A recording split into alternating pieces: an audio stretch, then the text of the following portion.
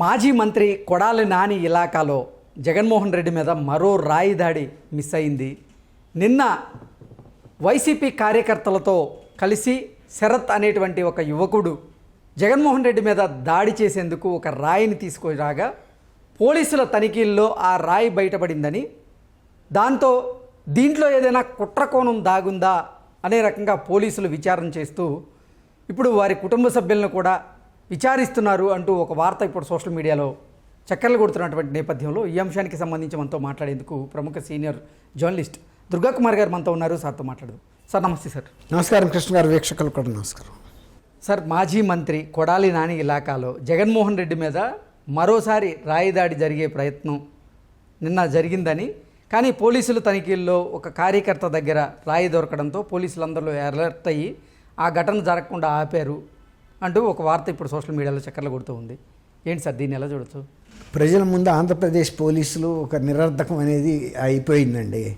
ఎందుకంటే ఏ విధుల్ని కూడా వాళ్ళు సక్రమంగా నిర్వర్తించట్లేదు. రాష్ట్ర ముఖ్యమంత్రి స్వయాన ముఖ్యమంత్రి రోడ్ షోలో కూడా వాళ్ళు తగిన భద్రత కల్పించలేదు. తర్వాత ఏదో గులకరాయి పెట్టి ఇసిరారని అంటున్నప్పటికీ గులకరాయి తగిలినా కూడా అది బుల్లెట్తో సమానంగా పోలీసులు ట్రీట్ చేయాల్సిన అవసరం ఉంది. ఎందుకంటే ఆ వ్యక్తి చీఫ్ మినిస్టరు, ఆయన బస్సు మీద ఉన్నప్పుడు ఆ దాడి జరిగింది కాబట్టి ఏది అనేది తర్వాత మాట. కనీసం దాన్ని ఎతికి కూడా పట్టుకోలేకపోయారు. బస్సు మీద తప్ప అది కిందకు పడే అవకాశం లేదు. అదొక ఇద్దరు ముగ్గురిని గాయపరిచేసిందని కూడా చెబుతున్నారు. మళ్ళీ చూస్తేనా చిన్న రాయి గీసుకున్నట్టుంది. పోలీసులు సరైన భద్రతా చర్యలు తీసుకోవట్లేదు, వాళ్ళ పని వాళ్ళు చేయటం లేదనేది అర్థమైపోయింది. తర్వాత స్పందించాల్సిన తీరులో కూడా దాడి జరిగిన తర్వాత అయినా కూడా వాళ్ళల్లో ఒక ఇది కనపడాలి కదండి, కన్సర్న్ అంటే బాధ్యత అనేది కనపడాలి. ఎక్కడ పడింది రాయి, ఏంటి ఏం పడింది అని ఎతకాలి కదా, అది కూడా చేయలా. అసలు ఏమి జరగనట్టుగానే ఉన్నారు. అందుకని పోలీసులు అంటే చీఫ్ మినిస్టర్ కూడా నిన్న విరక్తి కలిగి ఉంటుంది. అసలు వీళ్ళు కనీసం నా మీద పడింది గులకరాయి అయినా కూడా తర్వాత ఏదైనా పడుతుందని భయానికి నన్ను శ్రద్ధ తీసుకోలేదని అనుకున్నారా?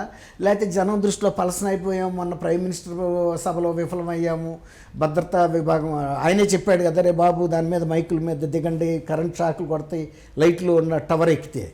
అట్లాగే నిన్న చీఫ్ మినిస్టర్ మీద అయ్యేటప్పటికి ప్రజల్లో పోలీసు వ్యవస్థ మీద జగన్మోహన్ రెడ్డి గారికి కూడా లేదు. ఆయన గతంలో వైజాగ్లో ఉన్నప్పుడు ఆయన మీద కోడికత్తి దాడి జరిగినప్పుడు అదే చెప్పాడు. ఆంధ్రప్రదేశ్ పోలీసుల వ్యవస్థ మీద కానీ ఆంధ్రప్రదేశ్ వైద్య వ్యవస్థ మీద కానీ తనకు నమ్మకం లేదని. నిన్న తను ముఖ్యమంత్రిగా ఉన్నప్పుడే మరి ఆయన మీద దాడి జరిగినప్పుడు ఆయన ఆ మాట చెప్పాలి కదా, నేను అప్పుడు ఎలా ఉందో ఇప్పుడు అంతకన్నా హీనం అయిందని. నేను ముఖ్యమంత్రిగా నేనుండాను, అయినా నా మీదే దాడి జరిగినా వీళ్ళేం పట్టించుకోలేదని. తర్వాత నిన్న ఒక 25 మందో ఎంతమందో డాక్టర్లు ఈ యాప్రాన్స్ వేసుకుని ఆపరేషన్ థియేటర్లో అవయవ మార్పిడి జరుగుతున్నప్పుడు చేసే అంత హడావిడిగా వాళ్ళు వేసుకుని ఉన్నారు. ఆ మధ్యలో ఈయన కూర్చుని ఉన్నాడు. మరి నిన్న వైద్య వృత్తి దగ్గరికి వెళ్ళాడు, వైద్యుల దగ్గరికి కూడా.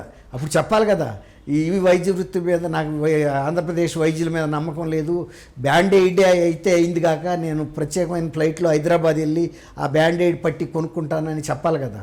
వీళ్ళు వేస్తే నేను వేయించుకుని ఫోటోలు దిగాడు కదా. వాళ్ళందరితో గ్రూప్ ఫోటోలు వీడియోలు చూస్తున్నాం కదా, మొత్తం మీడియా అంతా వైరల్ అవుతున్నాయి. అంటే దీన్ని బట్టి ఆ పోలీసులు ఏంటంటే ఏదో ఒకటి మేము కూడా పని చేస్తున్నాము అనిపించుకోవడానికి నిన్న అక్కడ చెక్ చేసినట్టు చేసి ఒకటి జేబులో వీళ్ళ చేతిలోనే గార్డీ వాళ్ళు చేస్తారు చూడండి, చేత్తో పట్టుకుని లాన్ పెట్టేసి అరే నీ దగ్గర రాయి ఉంది ఏందిరా అని అడిగినట్టు. వచ్చింది అతను వైసీపీ కార్యకర్త, వైసీపీ వాళ్ళు ఏర్పాటు చేసిన బస్సులో వచ్చాడు. కార్యకర్త జేబులో రాయి ఎందుకు పెట్టుకొస్తాడండి? అంత బహిరంగ సభలో రాళ్ళు దొరకవా? ఇంటి నుంచి ఎలా తేవాలా? నిన్న దొరికిన గులకరాయి లాంటిది ఎక్కడైనా దొరుకుతాయి. మన దేశం అంత క్లీన్గా గ్రీన్గా ఉందా? మన దేశం ఎన్నో చెట్లు కొట్టేస్తున్నారు రోజు, గ్రీనరీ లేకుండా. రోడ్లు వేయటం లేదు, కంకరలు వేసి ఎక్కడ పడితే అక్కడ రాళ్ళు దొరుకుతున్నాయి. ఏ సందులోకి వెళ్ళినా గొంతులోకి వెళ్ళినా రోడ్డు మెయింటెనెన్స్ ఉంటే కదా. గతంలో అయితే రోడ్డు ఏదైనా తవ్వన్నా కంకర రాయి తీయాలి. ఇప్పుడు రోడ్డు మీద రాళ్ళు కంకర రాళ్ళు తేలి ఉంటున్నాయి ఎక్కడ పడితే అక్కడ. మొన్న మధ్య చంద్రబాబు నాయుడు గారు Z+ కేటగిరీలో ఉన్నా కూడా నందిగామలోను వనపర్తి దగ్గర అక్కడ కూడా అన్ని దాడులు జరిగినాయి.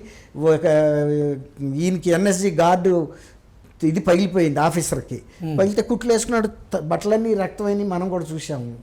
ఇప్పుడు పోలీసులు ఏంటంటే ఈ పర్టికులర్ ఇన్సిడెంట్లో మేము పని చేస్తున్నాము అని ప్రజలకి చీఫ్ మినిస్టర్కి ఒక మెసేజ్ ఇవ్వదలుచుకుని ఏదో చెక్ చేసినట్టు చేసి ఒకటి దగ్గర ఏదో ఇంత రాయి దొరికిందని దాన్ని ఒక వజ్రం దొరికినట్టుగా అదైతే నేను నమ్మట్లేదండి ఈ రాయ్ థియరీని.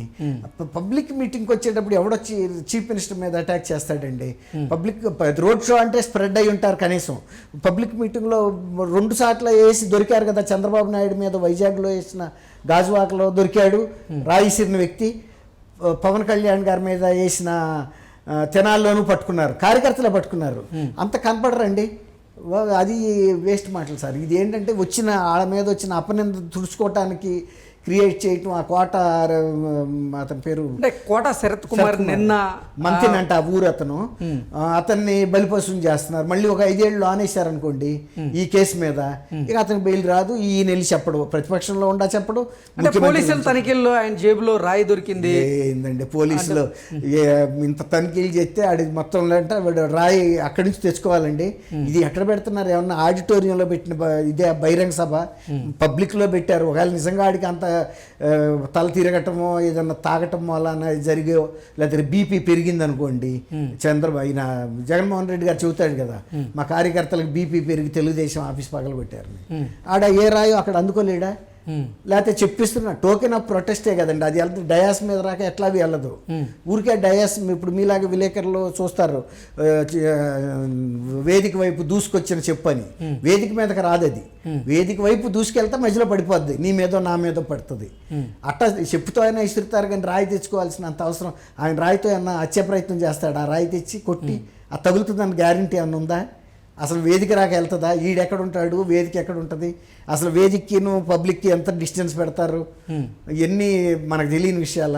కాబట్టి ఆడి అంత పిచ్చాడేమండి రాయి పెట్టుకుని సభకు వచ్చి పోలీసులకు దొరికి కేసు పెట్టించుకోవటానికి. వీళ్ళు పోలీసులు ఏదో రాయి పెట్టి కేసు బుక్ చేస్తే ముందు అటెన్షన్ డైవర్ట్ చేయటం, ప్రజల దృష్టిని ఇప్పుడు దీని నుంచి దీనికి. అంటే వైసీపీ కార్యకర్త మీద ఆ కేసు అదే అన్నా, వాడు వైసీపీ కార్యకర్త ఎవడో కూడా తెలీదు. వాడు బస్సు ఎక్కినంత మాత్రం వైసీపీ కార్యకర్త అంటానికి కూడా ఏం లేదు. 350 రూపాయలు క్వార్టర్ బాటిల్ ఫ్రీ ట్రాన్స్పోర్ట్ ఇచ్చినప్పుడు ఎవడైనా ఎక్కుతాడు. ఇప్పుడు ఒక రేట్ అయితే తేలిపోయింది కదా, 350 రూపాయలు బెజవాడలో ఇచ్చినప్పుడు గుడివాడలో ఇంకా అంతకన్నా తక్కువ ఇవ్వరు కదండి. క్వార్టర్ బాటిల్ ఎంతైనా ఎక్కడికి 550 గిడుతుంది. బస్సు ఆడిదే, ఎక్కుతాడు దిగుతాడు, ఎవడైనా ఎక్కొచ్చు.